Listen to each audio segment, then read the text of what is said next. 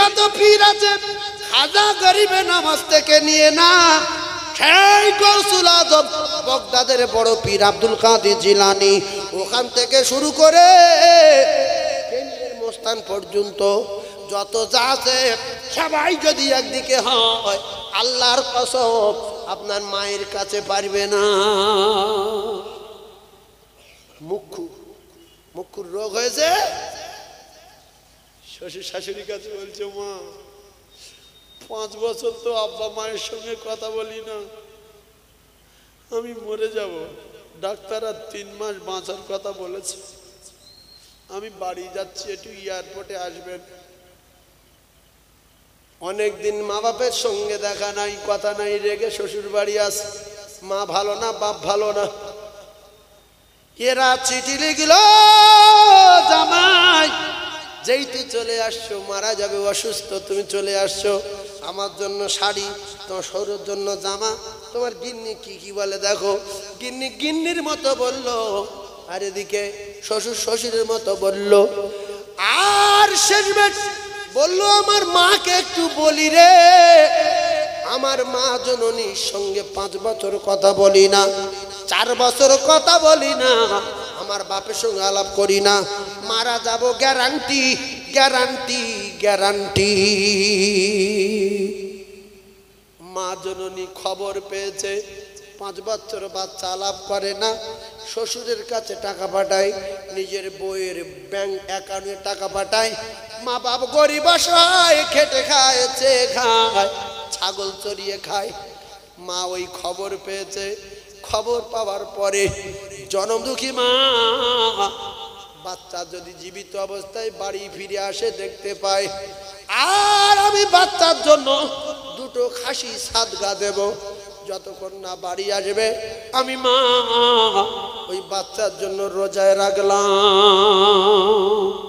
কলিজার টুকরা মা চিঠি লেখে নি, কিচ্ছু লেখে নি, ওই অবস্থায় নিয়ত করে বলল, আমি মা। 2 স্বামী স্ত্রী মিলে একটা চিঠি লিখলো। ওরে কলিজার টুকরারা, যুবকেরা, জনেরা, শ্বশুর লিখেছে এই দাও, শাশুড়ি লিখেছে এই দাও, বউ লিখেছে এই দাও।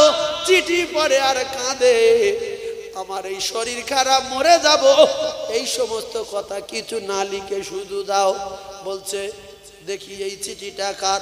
দেখলো জনম দুঃখী মা, জনমদাতা পিতার। বলছে, বাপ তুই ফিরে আয়, তোর জন্য 2টো খাসি আমি সাদকা দেব, আর তুই যতদিন না বাড়ি আসবি তোর জন্য রোজা রাখবো। ওতে দাও, টাকা দাও, লুঙ্গি দাও, কোনো কথা লেখা নাই। ও কলিজার টুকরারা, জনম দুঃখী মা, কলিজার টুকরা মা বাচ্চার কাছে খেতে চায় না রে, বাচ্চার কাছে পড়তে চায় না। সারাদিন পরে মা বাচ্চার মুখের দিকে যদি তাকায়, মায়ের ক্ষুধা যন্ত্রণা মিটে যায়। ও কলিজার টুকরারা, শ্বশুরের জন্য কিছু আনেনি, স্ত্রীর জন্য কিছু আনেনি, শাশুড়ির জন্য কিছু আনেনি। শ্বশুর গালাগালি করছে, শাশুড়ি বলছে, তুমি আমার জামাই না। গিন্নি বলছে, আমার মাল কই? বলছে, আনিনি, শরীর খারাপ। বলছে, তালাক দিলাম, চলে যাও, আর তোমার চিনি না, কারণ তালাক তো দেবেই, ও তো মারা যাবে 2 মাস পরে। মা জননী শুনেছে, বলে, তুই মরবি না রে, আমি তোর গর্ভধারিণী মা। সেজদায় পড়ে কাঁদে, আল্লাহ আমার হায়াত কেটে নাও, আমার বাচ্চা দাও, আমার বাচ্চা যেন মরে নাও।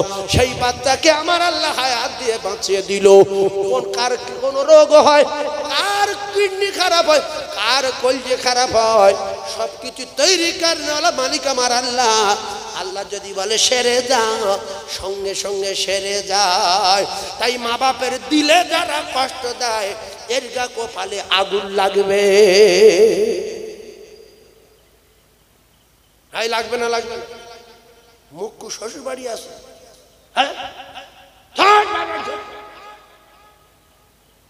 শ্বশুর ভালে আমার সোনার জামাই। শাশুড়ি বলছে, আমার জামাই জিন্দা আল্লাহর ওলি। গ্রামের মেয়েরা বলছে, কেন? বলছে, আমার মেয়ে যা বলে তাই শোনে, উঠতে বললে ওঠে, বসতে বললে বসে, এটা দাও, ওটা দাও, এটা লাও, এটা লাও, যা বলে তাই, জিন্দা ওলি। আমার জামাই জিন্দা আল্লাহর ওলি, এই নল জামাই। কলিজার টুকরা ভাইয়েরা আমার, মেয়ে যা বলে স্বামী তাই শোনে, ভালো করে বোঝার চেষ্টা করো। আর বলছে আমার এই ছেলেটাকে বিয়ে দিয়েছি একবারে জ্যান্ত জাহান্নামী নারী। এ শুধু কলিজার টুকরা ভাইয়েরা আমার, ঠান্ডা মাথায় তত্ত্বগুলো বোঝার চেষ্টা করুন। আমার ছেলেটা শুধু ওর বর কথা শোনে। কলিজার টুকরা ভাইয়েরা আমার, যুবকেরা জনেরা, ও ভাবিরা খালারা, আপনার কলিজার টুকরা মেয়েটা যদি, আপনার কলিজার টুকরা মেয়েটা যদি স্বামীর উঠতে বলে বসে, পড়তে বলে বসে, এটা যদি ভালো হয়, আর আপনার বৌমাটা যদি আপনার ছেলের উঠতে বলে ওঠে, বসতে বলে বসে, আপনার কেন রাগ হয়?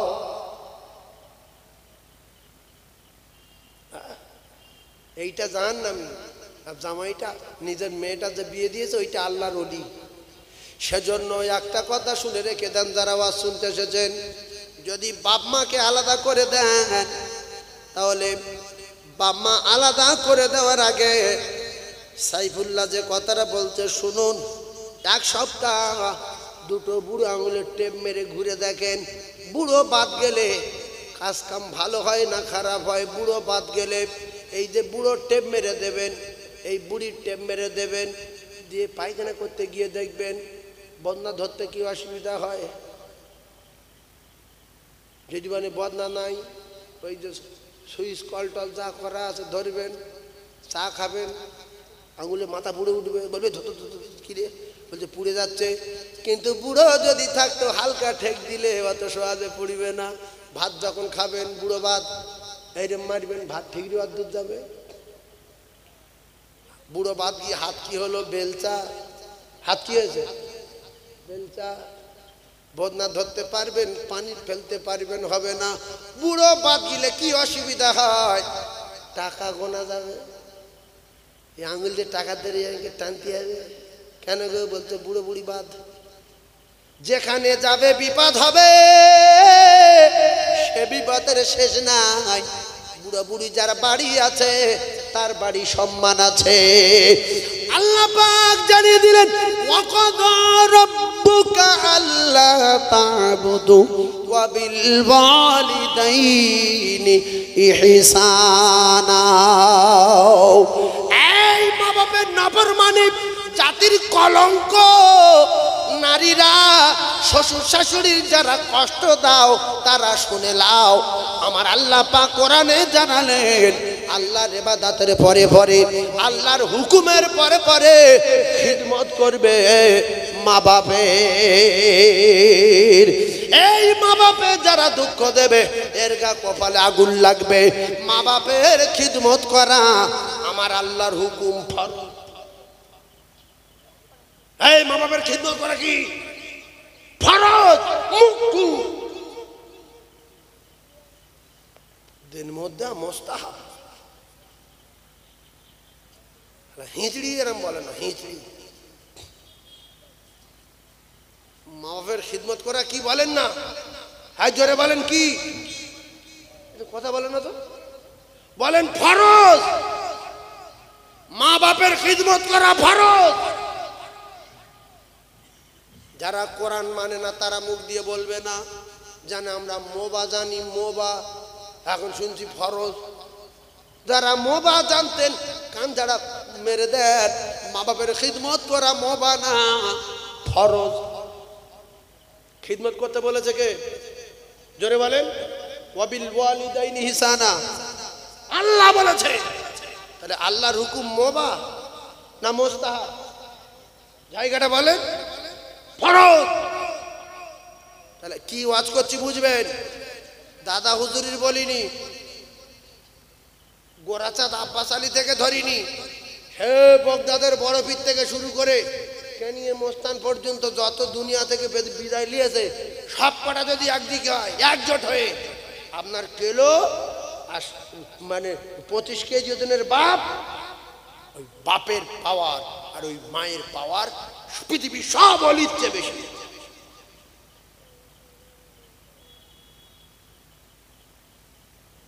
কারণ পৃথিবীর সমস্ত অলি একদিকে থাকলে, আপনার মা বাপ একদিকে থাকলে, নবী বলছে মা বাপের পাল্লা ভারী। এই জন্য দুটো রসগোল্লা, দুটো লেডিকেন, 4টে চপ, দুটো পেঁয়াজি, দুটো শসা, দুটো কোলা, একটু আঙ্গুর নিয়ে বুড়ো মা বাপের কাছে ধরে, যে আব্বা খেয়ে লাও, খেয়ে লাও, আমা এতে আঙ্গুর আছে, খেয়ে লাও, শরীর সুস্থ থাক, তুমি অনেকদিন বেঁচে থাকো, আমার জন্য দোয়া করো। কপাল খুলে দেবে, কপাল খুলে দেবে। যার খাওয়ানোর দরকার তার খাওয়া, যার খাওয়ালে কিচ্ছু হবে না তার খাওয়ানোর দরকার নেই। এই যে যারা মাজারে টাকা দেয়, অধিকাংশ মাজারে দেখা গেছে গাঁজা খায়, আসে না? নাই, রাগ করলে হবে না, কে কি বলবে না বলবে আমার দেখার দরকার নেই। তো যারা গাঁজা খায় টাকা কোথায় পায়? ওই ছাগল বিক্রি করে। এই ছাগল মাজারে দিচ্ছে কেন? কে খাবে? যে মরে গেছে ছাগল খাবে? আর আল্লাহ তা তো জান্নাতের পাখি দেবে, ওয়ালাহবি তৈরি মিম্মেশ, তখন আল্লাহ পাক পাখির গোশ গুণা করে তার খাওয়াবে। তুই ছাগলে মাজারে দিয়ে আসছে, ছাগলে কোথায় দিতে হবে? এতিমখানা মাদ্রাসায় দিতে হবে, যে মাদ্রাসায় হোস্টেল তাহলে সেই মাদ্রাসা দিতে হবে। একটা রাস্তায় পাগলা খোঁড়া টাকা চাচ্ছে, লা ইলাহা ইল্লাল্লাহ মুহাম্মাদুর রাসূলুল্লাহ, বাবা গাড়ির কাঁচ কিলো তার মারতে যাচ্ছে, চল বেরো। ও বাবা 500 টাকা লড়লে মাজারে ফেলে দিচ্ছে।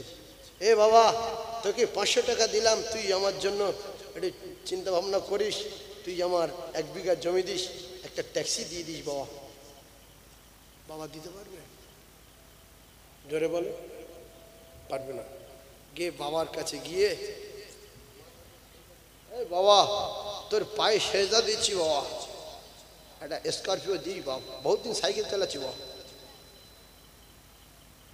কিতাবে লেখা আল্লাহর নবীর পায়ে এক সাহাবী সেজদা দিলেন, সম্ভবত হযরতে মুআজ তার নাম, কলিজার টুকরা মুসলমানেরা আমার। সেজদা দেওয়ার পরে আল্লাহর নবী বললেন, সাহাবী এ কি করলেন?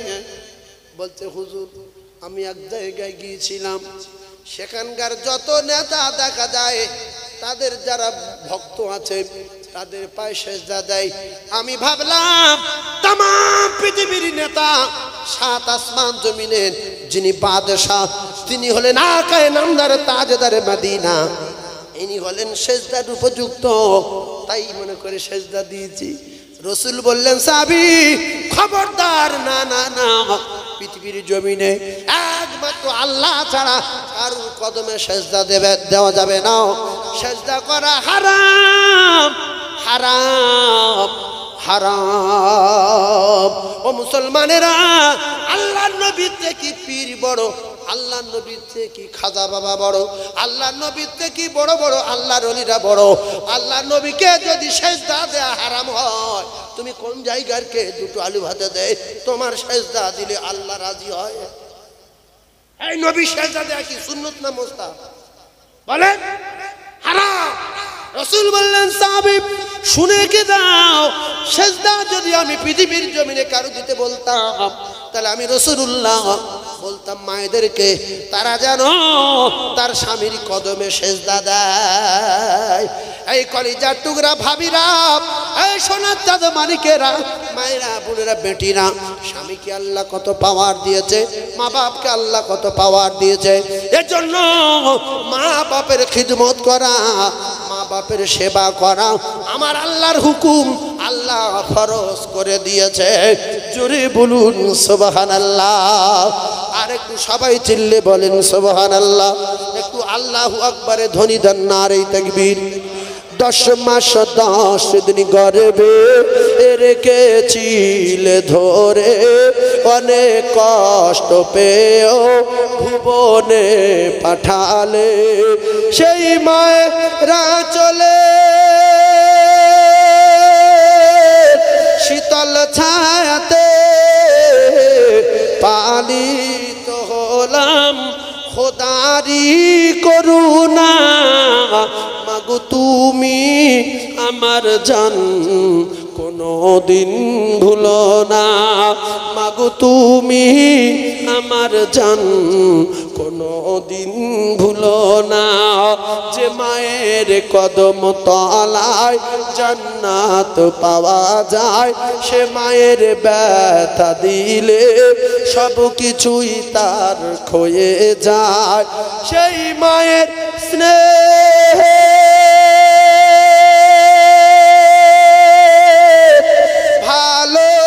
ভালোবাসার হয় না তুলনা, আর কোনো দিন হবে না। মাগো তুমি ছাড়ায় আমার এমন যে মানে না। হারালে মা কোথায়, হারালে মা কোথায়, খুঁজে কেন পাই না।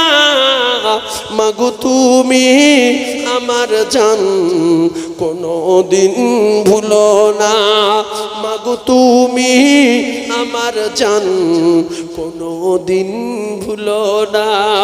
10 মাস 10 দিন গর্ভে রেখেছিলে ধরে, অনেক কষ্ট পেয়েও ভুবনে পাঠালে। সেই মায়েরা চলে শীতল ছায়াতে পালিত হলাম খোদারি করুণা।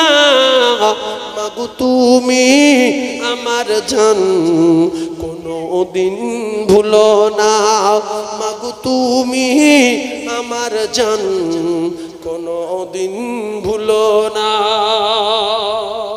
এই যে যাদের মাথায় মানুষের মগজ আছে, ফুরফুরা শরীফের ওমর হুজুর কেবলা হুজুর যদি আপনাদের কারুর বাড়ি ঢোকে, হঠাৎ করে আপনি বসে আছেন খাটে বা বারান্দার পোটে, হুজুর আপনার বাড়ির ভিতরে ঢুকছে, আপনি বসে থাকবেন না উঠে দাঁড়াবেন? এই কথা বলে না? এদিকে জ্ঞান তো খুব ভালো, উঠে দাঁড়াতে হবে। আর তোমার মা যখন তোমার সামনে যায়, উঠে দাঁড়ানো কেন? হ্যাঁ, তোমার মা বাড়ো না ওমর হুজুর বাড়ো? আরে কথা কথা বলে না। যদি প্রত্যেক সন্তান মা বাপের সামনে উঠে দাঁড়ায়, আব্বা যখন যাবে সঙ্গে উঠে দাঁড়ায়, মা যখন যাবে যদি উঠে দাঁড়ায়, মাঝে মাঝে করে মা বাপের কলিজা ফানা হয়ে যাবে না? যাবে না? যে আমার সন্তান আল্লাহর ওলি, আল্লাহ এর কোড়লপতি করে দাও, আল্লাহ পুরো মালঞ্চ সব টাকায় দাও, জান খুলে দোয়া বেরিয়ে আসবে না? আসবে না? হ্যাঁ, তুমি হুজুর থেকে যদি উঠে দাঁড়াও, হুজুরের চেয়ে পাওয়ার বেশি যদি মা বাপের খিদমত করা ফরজ হয়, মাথা মোটা কপাল ফাটা, তাহলে মা বাপকে খুশি করলে আল্লাহর আরো খুশি হয়ে যায়। জোরে বলুন, আরো জোরে বলুন। এই ওয়াজ শুনে একটা লোক মানবেন আল্লাহর হুকুম তো ফরজ, একটা লোক মানবেন যে যাদের মা বাপ বেঁচে আছে, যাদের চলে গেছে, ক্ষয় হয়ে গেছে, সংসার শেষ হয়ে গেছে, বংশ ধ্বংস হয়ে গেছে, বাড়ির সম্মান শেষ হয়ে গেছে, যে বাড়ি মা বাপ বেঁচে আছে, কথা লিখে রেখে দেন, ওই বাড়ি আনকা কোনো ছেলে ঢুকতে পারবে না। বলো ভাই বাড়ি আসো, বুড়ো বলছে তুই কে রে? বলছে আমি আপনার ছেলের দোস্ত। বলে শোক ঢুকে, ভাবি যে কামরায় থাকে সেই কামরায় যাচ্ছে। বুড়ো বলছে এদিকে এই শোন, ও বৌমা ওখানে যাচ্ছে কেন? নাই দোস্ত।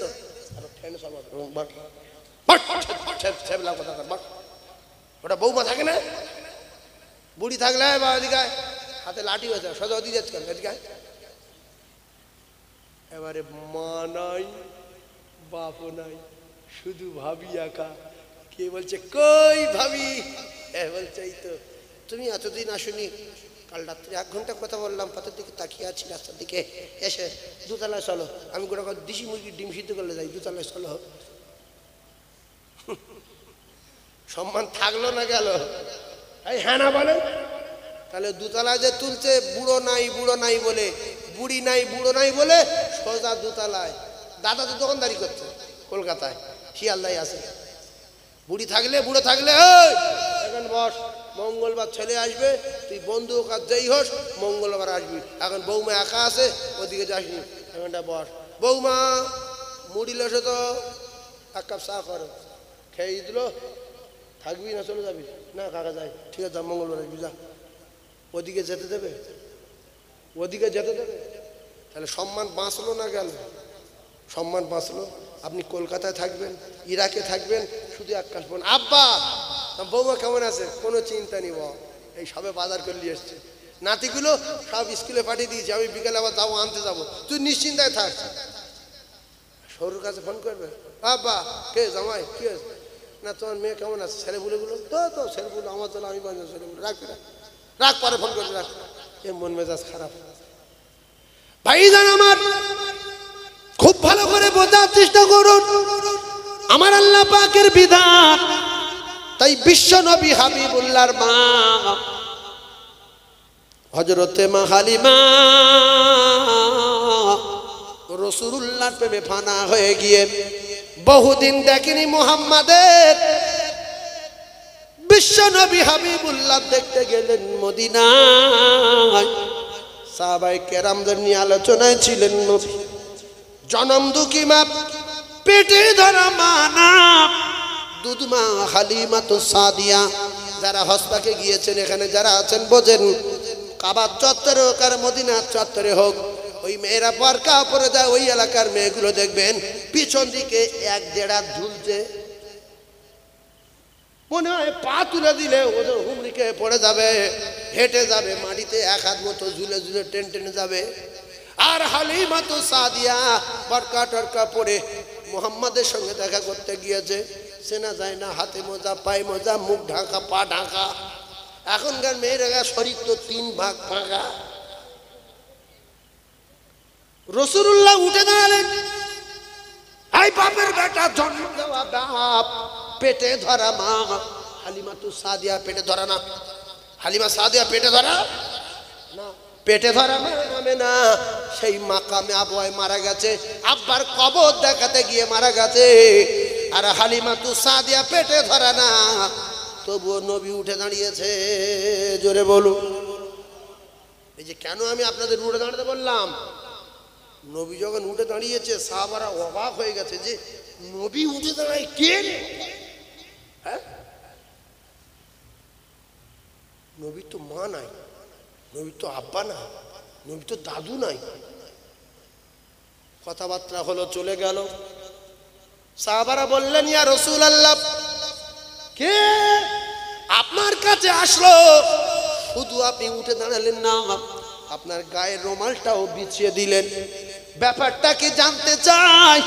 বিশ্ব নবী বললেন, বাবারা, আমি আমার আব্বাকে চোখে দেখিনি, আমি আমার গর্ভধারিণী মায়ের স্নেহ মমতা তেমন পাইনি।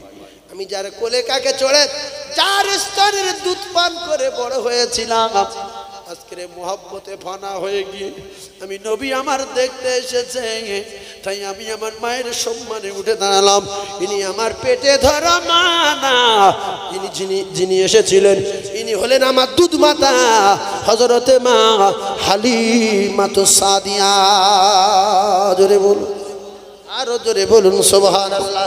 নবী যদি দুধ মায়ের দেখে উঠে দাঁড়ায়, জাতির কলঙ্ক, তুমি তোমার পেটে ধরা মায়ের দেখে কেন উঠে দাঁড়াও না? আর একজন আছে, আজ থেকে মা যতক্ষণ সামনে আসবে আমি উঠে দাঁড়াবো, বিছনায় থাকলে উঠে দাঁড়াবো, বাপ আমার সামনে আসলে উঠে দাঁড়াবো, খাটে বসে থাকলে নিচে নামবো, শুধু মা বাপের কাছে দোয়া নেওয়ার জন্য। এরকম একজন পুরুষ বেঁচে আছে এর ভিতরে, উঠে দাঁড়াবে? দেখো, জান্নাতি লোক, জান্নাতি লোক বুঝেছে যে মা বাপের সম্মান আল্লাহর ওলির চেয়ে বেশি। তার সন্তানের কাছে মা বাপের সেবা করা, মা বাপের খিদমত করা আমার আল্লাহ ফরজ করে দিয়েছে। আর শুনছেন একটা মেনে ভগ্রুমবাজি করার জায়গা না, কিয়ামত পর্যন্ত ক্যাসেটগুলো চলবে। মেনে তাহলে বুড়ো বুড়ি বাদ দিলে খুব সুবিধা হবে না বিপদ বাড়বে? যে ছেলে মা বাপকে আলাদা করে দিয়েছ, কাল সকালবেলা 10 টাকাতে টেপ কিনে বুড়ো আঙুল মেরে 1 সপ্তাহ ঘর। 5 ওয়াক্ত তো দূরের কথা, জুমায় পর্যন্ত যায় না। এরম আছে না নাই? জুমা মানে শুক্রবার, শুক্রবার মসজিদে যায় না, এরম মানুষ কি আছে? আমার ভাই বলছে আছে। এরা শয়তানের নিজের ভাই। শয়তান বলে আমি তোর গ্রামে আসি আর তোর বাড়ির দিকে তাকালে আমার বিশাল লজ্জা লাগে যে তুই মানুষ নাকি শুকুর বাজাই না। তোর দায়িত্ব দিয়েছি পুরো গ্রামটা ট্যাগেল করবি, তুই একা, তুই তো মানুষের বাইরে রে। আমি তোর বাড়ি আসিনি দেখছি, তুই এখনো যাইনি, দেখছি কি শয়তানের দায়িত্ব কিছু মানুষ মানে পরিচালনা করে, যে শয়তানের কাজটা আমি করি। এই জন্য ওর কিছু দলের লোক যারা ওর সঙ্গে চলে, যে শুক্রবার যায় না, দেখবেন তারা কেউ যায় না। দুটাটা মদ করে দল আছে, গাঁজা করে দল আছে, বুঝলেন? এই জন্য রাসূলুল্লাহ বলেছে তোমরা নোংরা লোকের সঙ্গে চলো না। মক্কায় একটা নোংরা লোক ছিল, তার মুখি মারি জুতোর বাড়ি, তার নাম আবু জেহেল। তার নাম কি? আবু জেহেল। ও সবসময় রাসূলুল্লাহ বোঝাতো আবু তালিবের, আর এই বেঈমানটা বোঝাতো আবু তালিবের।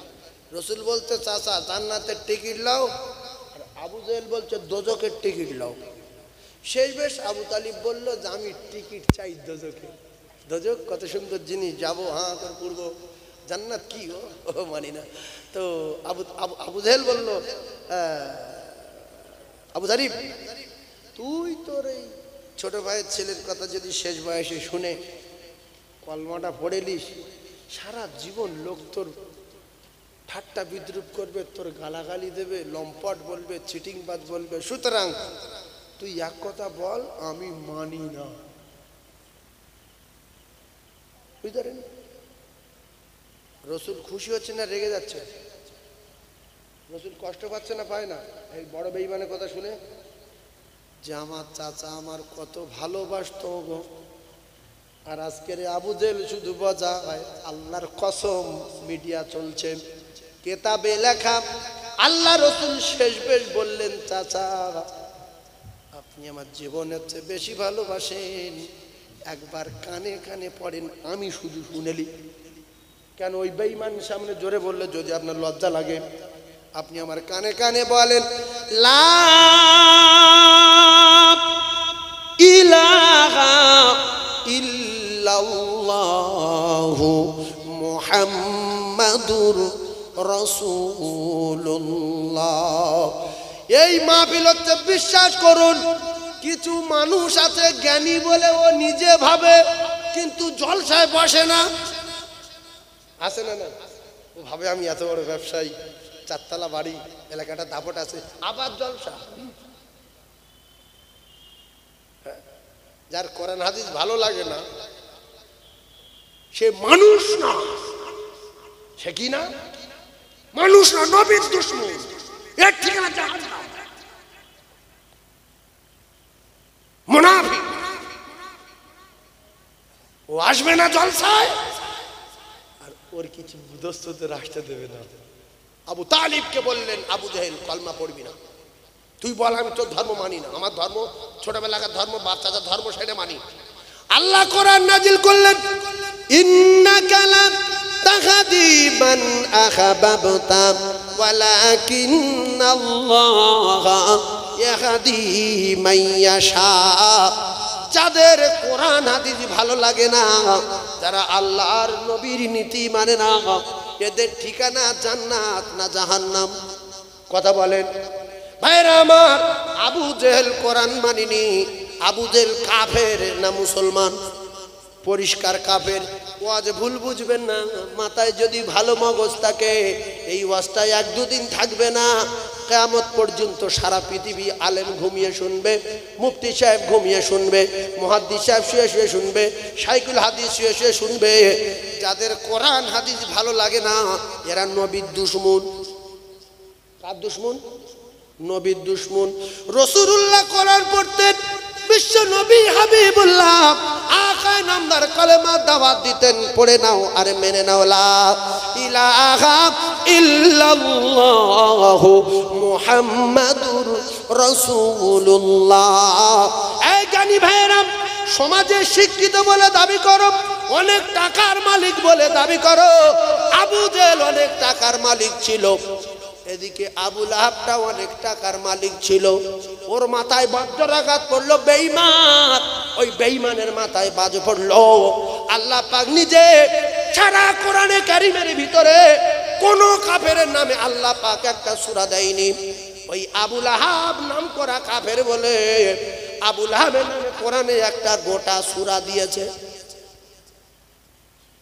এই নাম করা কাফেরকে কথা বলেন। আবুল আহাব, আবুল আহাবের নামে কোরআনে সূরা আছে না নাই? যারা একটু বোঝেন একটু কথা বোঝেন। আবুল আহাবের নামে কোরআনে সূরা আছে। যারা কোরআন পড়তে পারেন টোটাল কোরআন শরীফের ভিতরে কোন কাফের নামে আর একটা সূরা দেখাতে পারবেন না। এ কাফের কি করেছিল? এ কাফের বলছে আমি তো অনেক বড় মক্কার দায়িত্ব আছে, আমি বিশাল পান্ডা। আরে আমার ছোট ভাইয়ের বেটা কলেমার দাওয়াত দিয়ে নতুন পার্টি করছে, ওর পার্টির 12টা বাজাবো। কেতাবে এলাকায় একটা পাথর নিয়ে পিছনে পিছনে যাচ্ছে, আল্লাহ রসুল পাহাড়ের ঢাল দিয়ে যাচ্ছে, আর ও পাথর নিয়ে পাহাড়ের উপরে উঠে মেরেছে মাথায়, এক মারি মেরে দেবে। কার মাথায় মারলো? নবী। কিন্তু কেতাবে লেখা ওই পাথরটা আল্লাহ রসুলের লাগেনি। আপনারা চুপ করে আছেন মানে মাথায় পড়লে খুব ভালো হতো, কারণ মরে যেত। গেলি এই দাড়ি টুপি পেড়াপ করে পানি নেওয়া এত উল্টো পাল্টার হতো না। নবীর মাথায় পাথর লাগিনি, চিল্লে সুবহানাল্লাহ বলার দরকার ছিল না? যারা সুবহানাল্লাহ বলে না এদের টার্গেট কি? জাল্লার কিন্তু লাগতো মাথায়, এক গা শেষ হয়ে যেত না। আমাদের এই টুপি টুপি দাড়ি বাড়ি নামাজ কোরআন সেই সব উড়ে যেত, দুনিয়া থেকে আর হতো না। কিছু লোক বিরাট ফেঁসে গেছে নবী আসার পরে, আর কিছু লোক রেগে আছে বলে আজও তাদের নামাজ নেই, টুপি নেই, দাড়ি নেই, সুন্নত নেই, নীতি নেই, আদর্শ নেই, ষাঁড়ের মতো চলছে। নবী আসলো কেন? নবীর নীতি মানবো না। আবুল আহাব শুনে রেখে দেন, আপনারা কোটি কোটি বার শুনেছেন আল-গীবাতু আশাদ্দু মিনাজ জিনা। একটা লোক জিনা করছে আর একটা লোক গীবত করেছে, অন্যায় করেছে কে বেশি? গীবত করা লোক। একজন জিনা করছে আর একজন রাস্তায় মানে চৌকি দিচ্ছে, বলছে যদি লোক যায় আমি গলা খাগড়ি দেবো, তুই সঙ্গে সঙ্গে সরে যাবি। বলছে এক কাজ কর, গোলা খাগড়ি দিলে আমি শুনতে পাবো না, আমি ফোন রেডি করে রাখবো, যেই লোক যাবে তুই মিস কল দিবি, বুঝে লোক আমি তখন সরে পড়বো। ও কলিজার টুকরারা, আল-গীবাতু আশাদ্দু মিনাজ জিনা। একজন গীবত করে ফিতনা করে লাগিয়ে দিয়েছে, আর একজন জিনা করেছে। কিতাবে লেখা আছে যে জিনা করেছে ওর চেয়ে এ ডবল পাপ করেছে যে ফিতনা লাগিয়ে দিয়েছে। কলিজার টুকরারা, একজন ডাকাতি করছে আর একজন ডিউটি দিচ্ছে, আর একজন ডাকাতি করছে আর একজন বাড়ি শুয়ে রয়েছে। এই যে গোয়েন্দা বিভাগ এ যে সন্ধান দিয়েছে, এর কপালে আগুন লাগবে, ডাকাতে বেশি এর পাপ হবে। আল ফিতনাতু আশাদ্দু মিনাল কতলি। ভালো করে বোঝার চেষ্টা করুন, আমি কোনো ঘটনা বলছি না, প্রত্যেকটা তথ্য কোরআন হাদিস আছে কিনা এটা লক্ষ্য রাখেন। বাপের বেটা হাম বড় বলবেন না, আমি শের বলবেন না, আমি পান্ডা বলবেন না। ও কলিজার টুকরারা, সব সময় বলবেন আমি ছোট, সবাই বড়। সব সময় ভাবেন আমি গুনাহগার, সবাই বড় ইমানদার, আমি খারাপ, সবাই ভালো। কলিজার টুকরা ভাইরা আমার, বিশ্ব নবী হাবিবুল্লাহ আকায়ে নামদার তাজদার মদিনা, পৃথিবীর এক নাম্বার বড় হওয়ার পরে, আসমানের এক নাম্বার বড় হওয়ার পরে সবার কাছে নত হয়েছে না হয়নি? নবীর মুখে টেনে চড় মেরেছে। নবী বলছে বাবা তোর হাতে তো লাগেনি। সে আপনি তার কলিজা শুকিয়ে গেল, কিন্তু মারার পরে 1 সপ্তাহ হয়ে যায়, জ্বালা বন্ধ হয় না। ডাক্তার দেখায়, এর কাছে যায়, ওর কাছে যায়, বলতে কি ব্যাপার বুঝতে পারছি না, এত দামি দামি ঔষধ দিচ্ছি কাজ হয় না। কয়েকদিন পরে এই যন্ত্রণাওয়ালা হাত নিয়ে আল্লাহর নবীর কাছে গেলেন, গিয়ে বলছে মুহাম্মদ মুহাম্মদ মুহাম্মদ রে, আল্লাহর নবী দিন দুনিয়ার বাদশাহ, জীবনে কেউ নাম ধরে ধরে ডাকে না, যাদের জ্ঞান গম্য আছে, যারা ইসলাম ধর্ম গ্রহণ করেছে, যারা ইমানের কলেমা পড়েছে, অন্তরেরা বলেন ইয়া রাসূলুল্লাহ ইয়া হাবিবাল্লাহ হুজুর, ইয়া রাসূলুল্লাহ ইয়া হাবিবাল্লাহ। আর তারা রাসূলের নাম শুনলে সাল্লাল্লাহু আলাইহি ওয়াসাল্লাম বলে। এটাই ছিল সাহাবায়ে কেরামদের নীতি।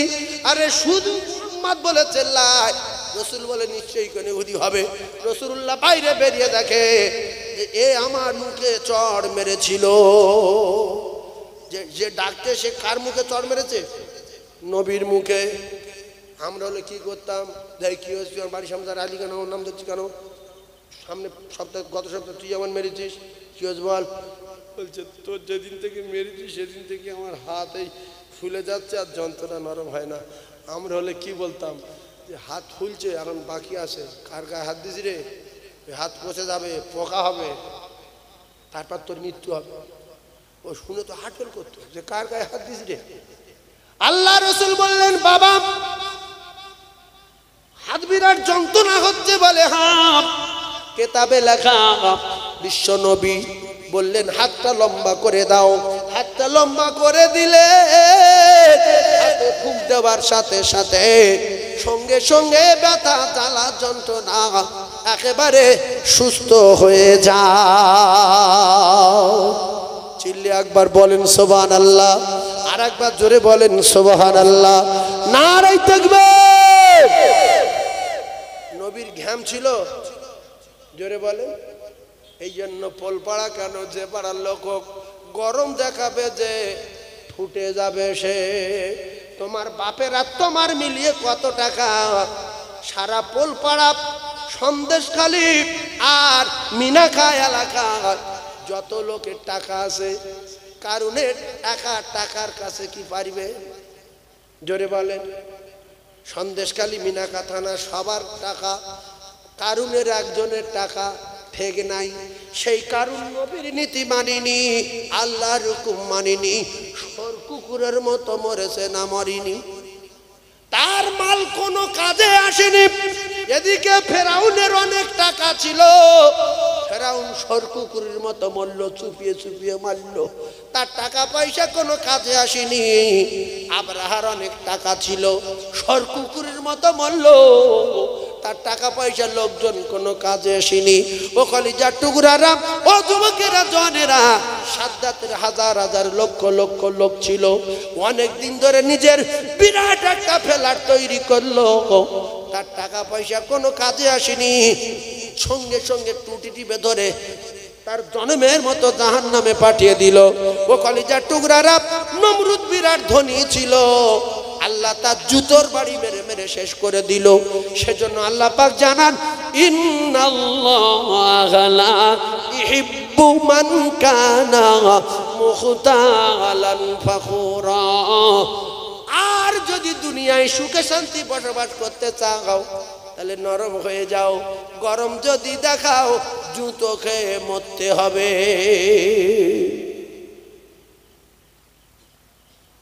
আরে অনেক লেখাপড়া জানি, অনেক বড়, তুমি তো নবীর চেয়ে বড় না।